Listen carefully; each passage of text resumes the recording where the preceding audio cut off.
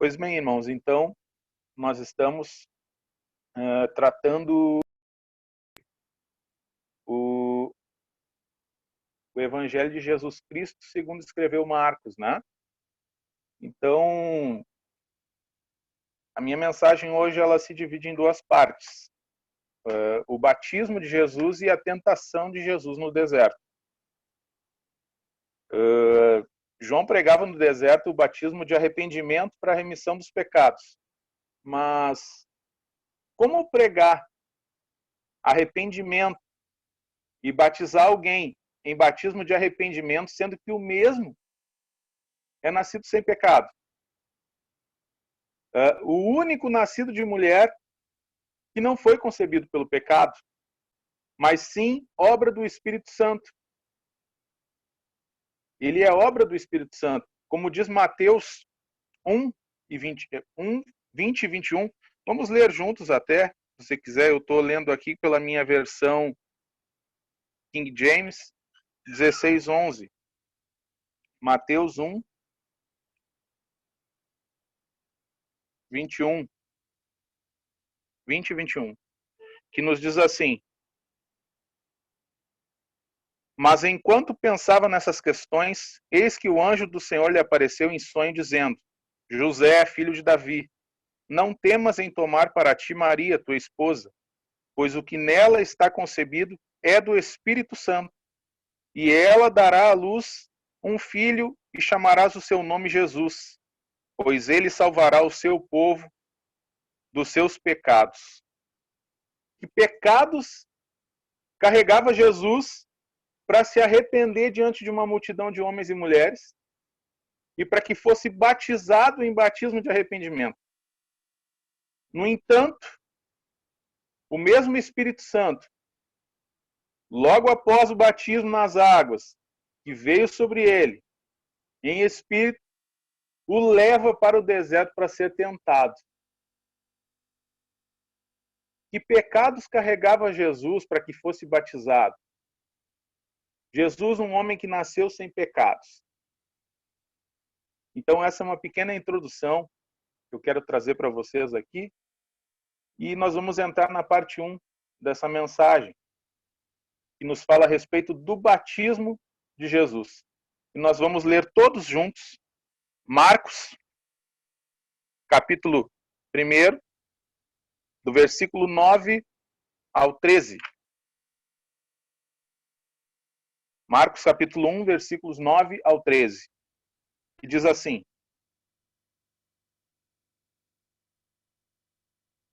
E aconteceu naqueles dias que veio Jesus de Nazaré da Galileia e foi batizado por João no Jordão.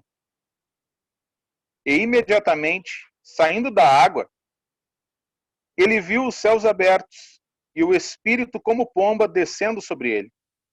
E ali veio uma voz do céu dizendo: Tu és o meu filho amado, em quem eu me comprazo. Imediatamente o Espírito conduziu para o deserto. E ele esteve ali no deserto 40 dias, tentado por Satanás, e estava entre as feras, e os anjos o serviam. A vinda de Jesus, ela não era uma obra do acaso, ela não era algo inesperada que pegou o mundo de surpresa. A vinda de Jesus, ela foi prometida, profetizada, preparada. A vinda de Jesus, ela não foi algo que aconteceu num estalo. A vinda de Jesus, ela já vinha sendo preparada já desde o Antigo Testamento, profetizada lá no Antigo Testamento. Ela foi prometida em Gênesis 3:15, onde Deus, por causa do que fez a serpente, colocou uma inimizade entre a mulher e a sua descendência. E dentro do contexto bíblico geral, afirma que da semente da mulher haveria de vir um que esmagaria a cabeça da serpente. E esta esperança se torna realidade em Cristo Jesus, que é claramente apresentado como o opositor de Satanás. Essa vinda de Jesus, essa aparição de Cristo, ela foi profetizada Lá em Isaías 43, que o Simon já citou na semana passada aqui, alguns desses versículos, mas só para dar uma recapitulada, Benjamin está aqui junto comigo aqui, está querendo pregar junto aqui. Veio me trazer um microfone aqui. Ela foi profetizada em Isaías 43, que diz assim: uma voz clama, no deserto preparem o caminho do Senhor, no ermo façam uma estrada reta para o nosso Deus. João, o Batista, que estava preparando o terreno ao anunciar o batismo de arrependimento no deserto. Isso já havia sido profetizado. Ela foi profetizada e preparada em Malaquias 13:1, que diz: eis que enviarei o meu mensageiro, e ele preparará o caminho diante de mim. E o Senhor, a quem vós buscais, virá ao seu tempo, até o mensageiro do pacto, em quem vos deleitais. Eis que ele virá, diz o Senhor dos Exércitos. Então vamos lá. Versículo 9. Marcos 1:9 diz ali: e aconteceu naqueles dias. Naqueles dias. Que dias eram esses? Que dias eram esses? Tratava-se dos dias em que João havia surgido pregando e preparando o caminho para a chegada do Messias, chamando o povo ao arrependimento de uma forma que eles rejeitassem o pecado e se voltassem a Deus para a remissão dos seus pecados. O arrependimento ele deveria preceder o batismo, porque não bastava que a pessoa fosse ali, tomasse um banho e o seu coração continuasse da mesma forma. E infelizmente, muito disso nós vemos acontecendo ainda nos dias de hoje. Ainda nos dias de hoje nós vemos isso acontecendo em diversos lugares, em diversas igrejas. Eu vou tirar meu óculos porque o reflexo está muito forte para mim aqui nos óculos. Nós vemos isso acontecendo hoje nas igrejas, onde se está mais preocupado em ter um local, uma congregação cheia de pessoas, do que de fato apresentar um evangelho que de fato transforme a vida das pessoas e que traga um verdadeiro arrependimento para a vida das pessoas. João Batista pregou para que eles se voltassem a Deus, para que houvesse a remissão dos pecados deles. O arrependimento ele deveria preceder o batismo, pois o batismo de João ele não era um meio para perdoar os pecados, mas sim um sinal que indicava que tal pessoa havia se arrependido de fato. Era um sinal de que aquela pessoa havia se batizado porque ela verdadeiramente se arrependeu em seu coração. Mas como um emissário do rei, ele vai adiante removendo o lixo e os obstáculos do caminho, tapando todos os buracos, ajeitando a estrada para a chegada do rei. E o escritor Adolf Pohl tem algo muito interessante, que ele diz que o João Batista ele era um mestre de obras da construção de estradas espirituais.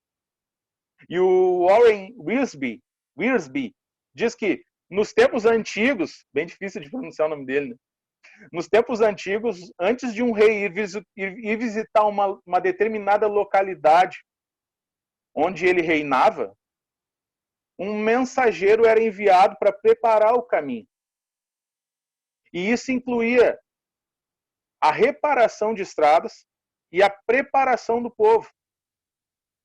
O mensageiro ele ia para levar a mensagem, para fazer o reconhecimento daquele território e para preparar o povo, preparar o coração do povo para a chegada desse rei.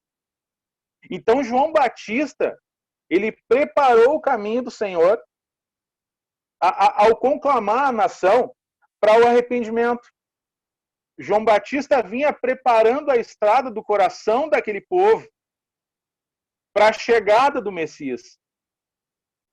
A tarefa dele era preparar o coração das pessoas para receber o Messias, diz o William Hendrickson. Que tarefa é essa, meus irmãos? E essa tarefa nos acompanha até hoje. Essa tarefa ainda nos acompanha porque nós somos pregadores que anunciam o evangelho para o arrependimento, para que cause o arrependimento na vida e nos corações das pessoas, para que quando Cristo vier buscar o seu povo, as pessoas estejam preparadas, aliançadas em Deus, aliançadas em Cristo. Mas afinal, que pecados que Jesus carregava para precisar ser batizado? Do que ele haveria de se arrepender? Isaías 53, 6 nos fala a respeito disso. Diz assim: todos nós andávamos desgarrados, como ovelhas. Cada um se desviava pelo seu caminho, mas o Senhor fez cair sobre ele a iniquidade de todos nós. Ele não tinha pecados. Ele não tinha pecados. Ele não carregava pecados. Ele não tinha do que se arrepender. Mas naquele momento em que ele decide pelo batismo, em que ele decide por se apresentar, naquele momento ele já começa a tomar sobre si os nossos pecados. Naquele momento se dá início o plano salvífico de Deus, onde Jesus Cristo é batizado e assume para si os pecados da humanidade. E no batismo de Jesus nós temos pelo menos aí 4 momentos ocorrendo de forma simultânea. Primeiro, decisão. Jesus durante 30 anos havia vivido como carpinteiro em Nazaré. Desde a infância ao lado do pai dele, aprendendo o ofício da carpintaria com o pai dele, trabalhando como carpinteiro. Porém, ele nunca havia se desviado do foco da sua missão, porque ela sempre foi a primazia na vida dele. Já com 12 anos, ele alertava os seus pais em relação à sua missão. Jesus, dos 12 aos 30 anos, talvez fosse apenas aquele rapaz educado, trabalhador, honesto, íntegro. E existem por aí diversas teorias, né, do que Jesus poderia ter feito durante esse tempo. Durante esse intervalo eu assisti algumas mensagens a respeito disso e achei alguns relatos muito interessantes, assim, algumas teorias muito escabrosas, assim, de que talvez Jesus tivesse ido lá para o Tibete para ficar junto com os monges, ou fosse para a Índia, para que ele fosse aprender algumas magias, para que ele pudesse vir e fazer tudo aquilo que ele fazia. Jesus, com certeza, deve ter ficado com alguns mágicos da época para aprender a fazer tudo o que ele fazia. Talvez ele tivesse se envolvido com magia, mas aqui o versículo 9, ele é bem claro quando ele diz: e aconteceu naqueles dias que veio Jesus de Nazaré, da Galileia. De Nazaré, da Galileia. E foi batizado por João no Jordão. Jesus era aquele rapaz que eu posso dizer assim, ó, que toda sogra gostaria de ter ele para genro. Até então. Aquele cara respeitador, aquele cara solteirão, que toda sogra ia querer ter ele para genro. Houve um outro momento. Identificação. Identificação. Jesus não estava descendo as águas do batismo por conta dos pecados próprios, dos seus pecados, porque, como eu já disse, ele não tinha pecados. Ele não carregava pecados. Mas ele desceu sim para expressar a sua identificação com o povo. No momento em que ele toma sobre si os nossos pecados. Ali o homem Jesus se identifica com o povo, tomando os pecados do povo sobre si. Ali houve aprovação, porque no momento do batismo de Jesus, ele é aprovado por Deus, sendo selado pelo Espírito Santo. Ali acontece a afirmação da paternidade de Deus sobre Cristo, o Filho, né? A Trindade sendo estabelecida. Houve ali até nós conversamos sobre isso há uma semana e meia atrás, mais ou menos, o Simon, e nós falamos sobre a capacitação, quando o Espírito Santo paira sobre ele, e eu até, naquele momento, eu disse para o Simon, será capacitação? Porque Jesus lá ia precisar ser capacitado para alguma coisa. Mas me aprofundando, eu pude entender de fato o que era essa capacitação, né? Porque o batismo de Jesus foi um momento de capacitação. Nesse momento, o Espírito Santo desceu sobre ele e ele foi cheio do Espírito Santo. Ele foi cheio do Espírito Santo. E Jesus, como homem, ele precisou ser revestido com o poder do Espírito Santo. Ele foi batizado com esse poder no Jordão. Ele foi guiado pelo Espírito Santo ao deserto e ele retornou à Galiléia no poder do Espírito Santo. Ele agiu no poder do Espírito na sinagoga, ele foi ungido pelo Espírito para fazer o bem e curar todos os oprimidos do diabo, conforme Atos 10, 38 diz. Então Jesus ali naquele momento, ele decidiu. Jesus naquele momento ele se identificou. Jesus naquele momento ele foi aprovado. E Jesus naquele momento ele foi capacitado por Deus. Todos esses passos faziam parte do plano de Deus.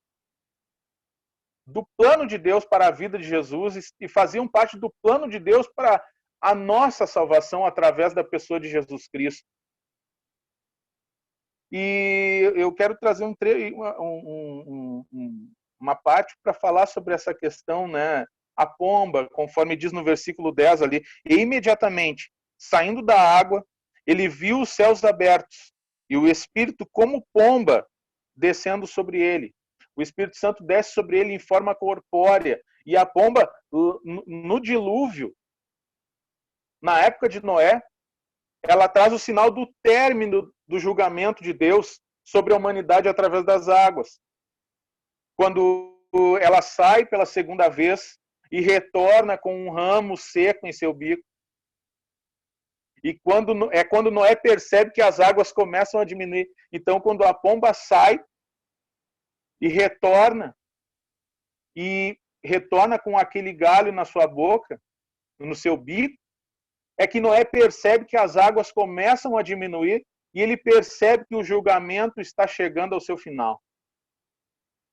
A pomba em Gênesis 1 e 2 não fala a pomba, mas diz assim, ó, a terra era sem forma e vazia, e havia trevas sobre a face do abismo, mas o Espírito de Deus pairava sobre a face das águas. O Espírito de Deus pairava sobre a face das águas. Irmãos, eu me alegro a falar sobre a pessoa de Jesus Cristo. Eu fico eufórico em falar sobre Jesus Cristo. E dentro desse contexto, dessas poucas palavras que eu já tenho falado aqui, eu vejo tanta coisa no exemplo de Jesus Cristo, num exemplo de humildade na pessoa de Jesus Cristo, que é o que falta hoje em dia, né? Como acontece isso hoje em dia, de as pessoas serem um pouquinho mais capacitadas do que algumas outras e já empinar o seu narizinho? Hoje em dia alguém sabe um pouquinho mais do que o outro e já acha que é melhor do que o outro. Jesus Cristo chega para ser batizado por João Batista e João Batista, quando olha para ele, diz, eis o Cordeiro de Deus que tira o pecado do mundo. João Batista diz para ele, eu não sou digno de sequer me dobrar e desatar as alparcas dos teus pés. Porque esse trabalho, na verdade, era um trabalho que os escravos faziam. Os escravos que realizavam esse tipo de trabalho. E João Batista, perante a pessoa de Jesus Cristo, diz, eu não posso ser batizado, eu não posso te batizar, eu é que tenho que ser batizado por ti. Eu não sou digno de fazer nem sequer um papel de escravo diante de ti. Mas Jesus Cristo diz para ele, convém nesse momento que tu me batizes. Porque se Jesus Cristo negasse o batismo naquele momento, Jesus Cristo iria colocar em descrédito as profecias de Malaquias, de Isaías. Jesus Cristo ia colocar em descrédito a mensagem que o próprio João Batista já vinha pregando em relação ao arrependimento para todas aquelas pessoas ali, talvez. Mas Jesus não foi arrogante. Jesus disse para ele: convém que tu me batizes. Eu preciso que tu me batizes agora. Porque faz parte do plano de Deus que isso aconteça. Jesus era humilde. Jesus foi humilde. E agora nós vamos entrar aqui, irmãos. No batismo de Jesus, a pomba agora traz o sinal. Na época, a pomba, a terra era sem forma e vazia, e havia trevas sobre a face do abismo, mas o Espírito de Deus pairava sobre a face das águas. Mas no batismo de Jesus, a pomba agora traz o sinal da vinda do Espírito Santo sobre Jesus, abrindo a nós o caminho, os portões da graça, os portais da graça. E agora nós vamos falar aqui sobre a tentação de Jesus. Quanto tempo já passou? Eu não estou cuidando aqui, não quero que passe muito do tempo. Tá tranquilo o tempo, né? Tá tranquilo. Nós já vamos para a parte 2 já, que fala sobre a tentação de Jesus.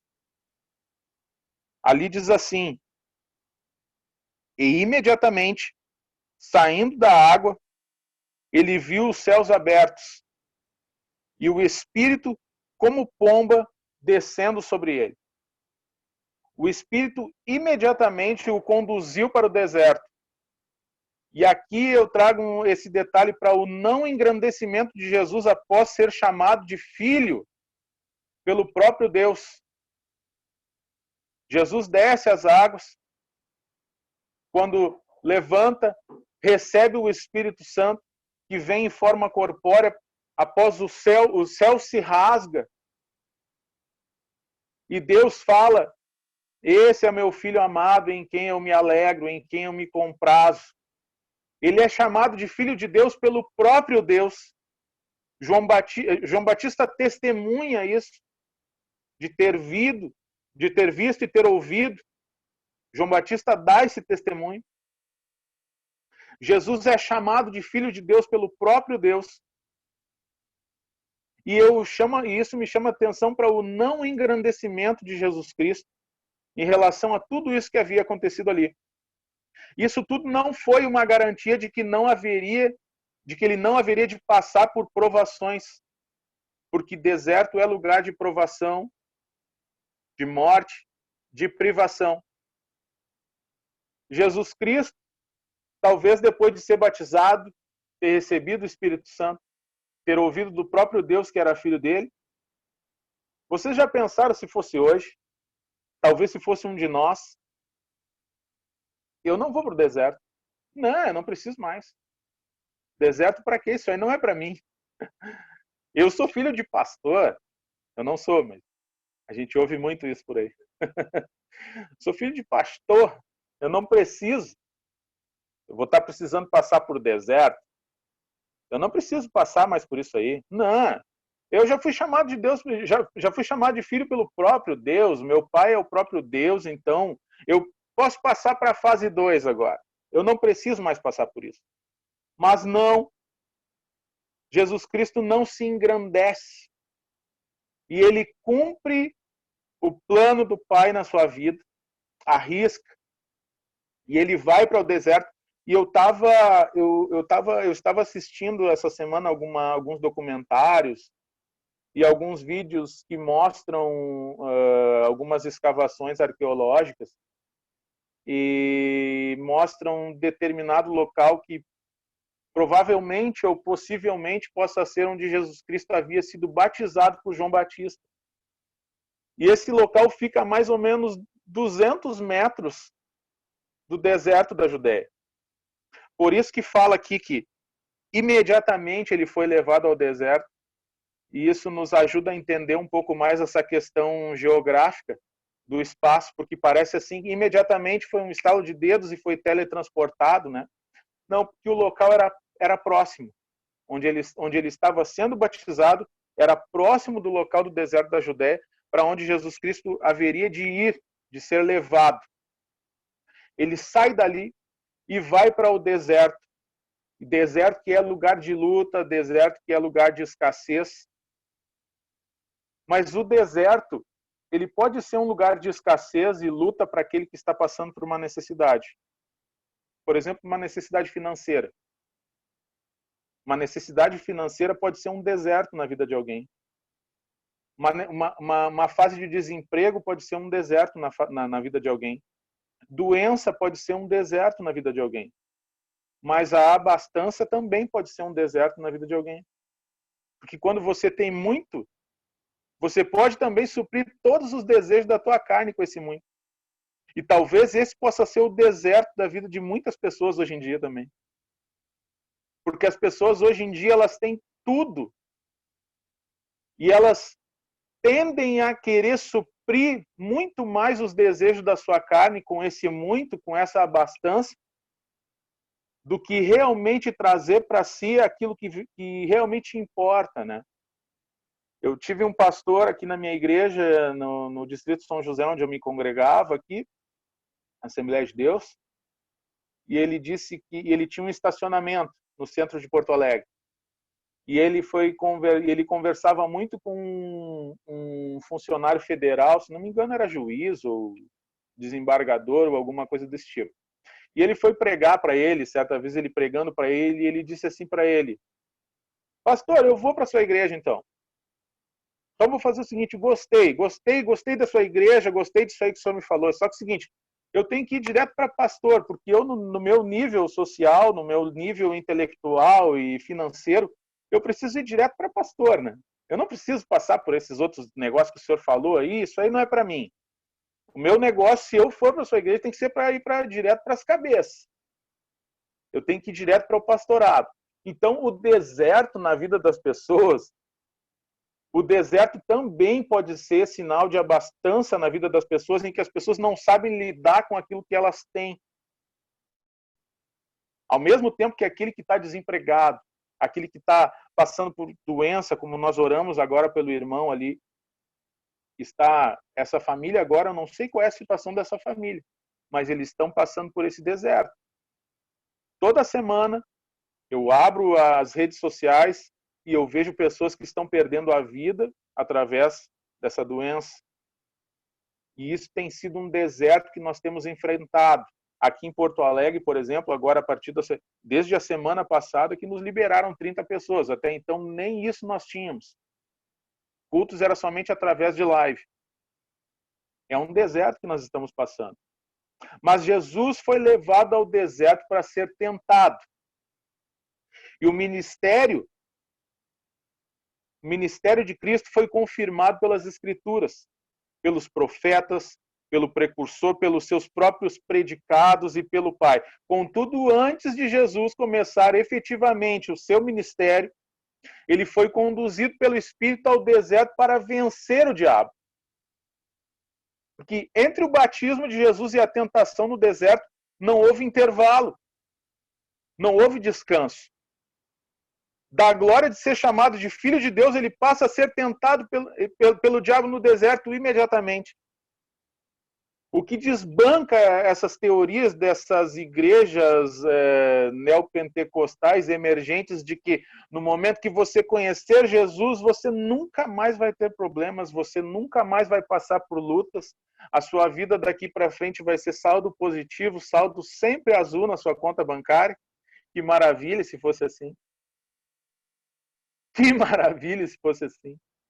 Daqui para frente você não vai mais ter problema e adoecer, não. Se você está doente, então você tem algum problema. Você só pode estar passando por algum problema. Talvez você não esteja dando aí o seu dízimo, a sua oferta, e é por isso que você está doente.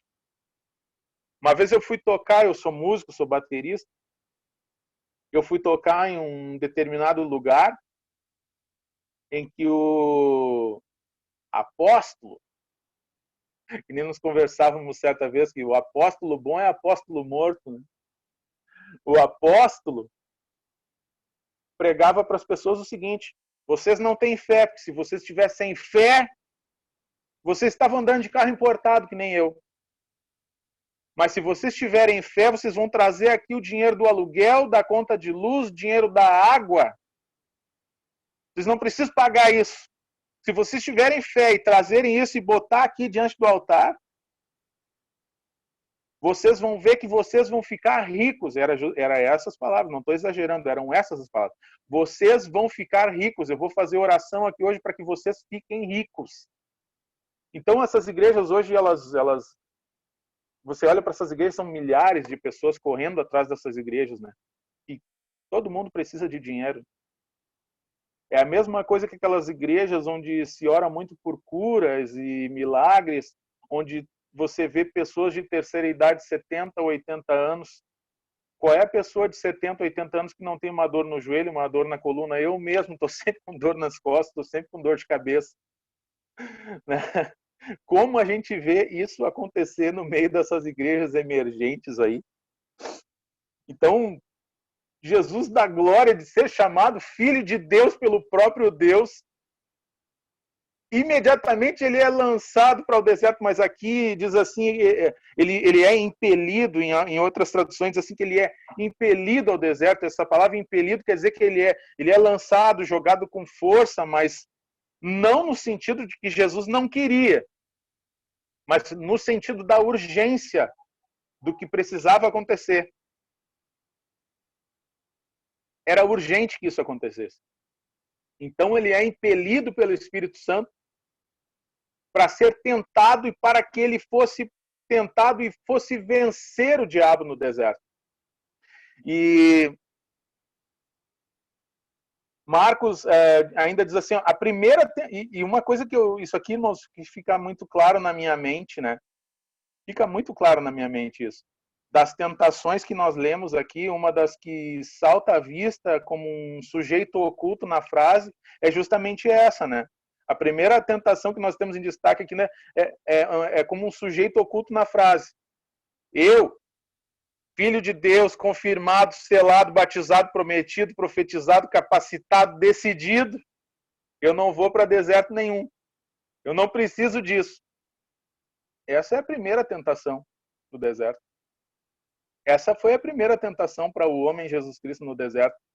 Eu tenho certeza absoluta disso. Se fosse eu, se fosse um de vocês, e o céu se rasgasse hoje, o Espírito Santo descesse como uma pomba, pairasse sobre a vida, sobre a cabeça de um de vocês, vocês iam querer passar para o deserto depois? Mais do que a gente já está passando.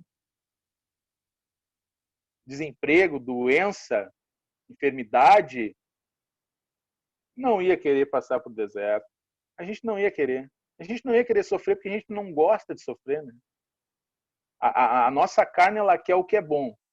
A nossa carne hoje, e eu parabenizo vocês que estão aqui hoje, os abastados que estão aqui hoje, alimentando a sua alma, porque o que a carne de vocês queria, a nossa carne queria hoje, talvez era estar em Gramado, num hotel, vendo a neve cair. Eu não sou muito de neve, nunca me chamou muita atenção. Mas talvez fosse isso que a nossa carne quisesse, né? Talvez a nossa carne quisesse que nós estivéssemos hoje numa churrascaria, comendo churrasco, numa pizzaria com os amigos, confraternizando. A nossa carne tende a querer só o que é bom para a carne. Mas Jesus não, Jesus é levado ao deserto para ser tentado. E aqui eu vou chegando já para o final.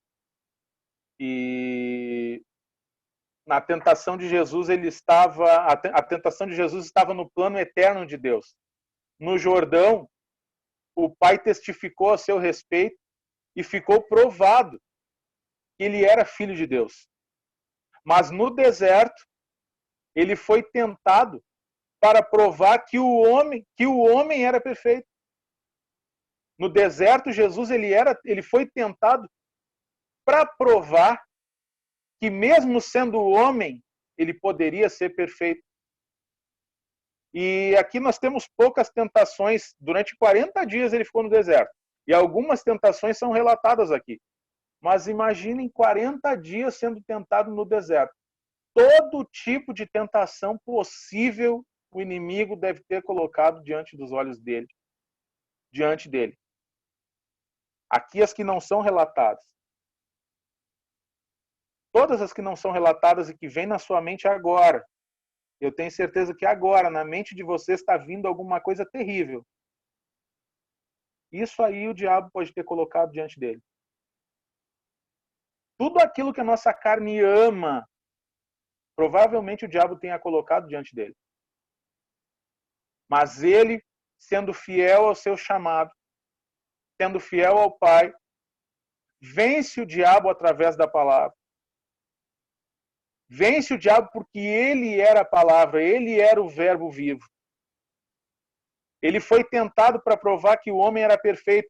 No Jordão, ele identificou-se com um homem a quem veio salvar. Mas no deserto, ele provou que podia salvar o homem. Porque ali ele triunfou sobre o diabo. Jesus, no deserto, prova que ele poderia ser o salvador do homem, porque ali ele vence o diabo. Eu quero deixar essas palavras para vocês, essas simples palavras aqui, e dizer que eu sou muito grato a Deus, sou muito grato à pessoa de Jesus Cristo, sou muito grato a Deus por esse plano de salvação. E se não fosse a misericórdia de Deus, não fosse a misericórdia dele, nós talvez já teríamos sido consumidos. Se não fosse a misericórdia de Deus, o que seria de nós se não fosse a misericórdia de Deus? Isso aqui tudo não vem de mim, isso vem de Deus. Todos os nossos talentos, tudo que pode haver de bom em nós não é nosso, isso vem de Deus. Isso vem de Deus. Isso não é nosso. Esses dias nós conversávamos sobre personalidade, sobre as pessoas que se orgulham e batem no peito dizendo: eu sou assim desde que eu nasci. Irmãos, a nossa personalidade, o nosso caráter, ele tem que ser formado na pessoa de Jesus Cristo.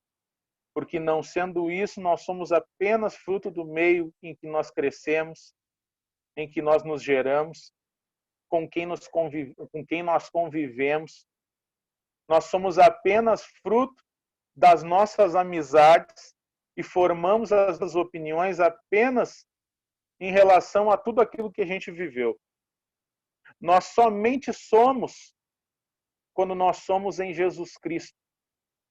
Nós somente seremos quando nós fomos transformados através da pessoa de Jesus Cristo. Quando houver arrependimento na nossa vida, quando nós nos arrependermos, olharmos para nós mesmos e confessarmos para nós mesmos, porque o arrependimento, quando você se arrepende, você tem que confessar para 3 pessoas. Confessar para Deus, confessar para quem você fez mal e confessar para si mesmo. E não tem coisa pior do que a gente confessar algo ruim a nosso respeito para nós mesmos. Quem é que gosta de ficar dizendo para si mesmo quanto é ruim? Quem gosta de ficar dizendo para si próprio quanto é uma pessoa má? A nossa tendência é puxar só as nossas coisas boas e deixar as nossas coisas más lá debaixo do tapete. Mas o arrependimento que precede o plano de salvação, esse arrependimento é levantar o tapete, olhar para aquelas coisas más e dizer: Levi, como tu é mau. Tu é perverso e tu precisa de Jesus Cristo. Para que tu possa em Jesus Cristo formar o teu caráter.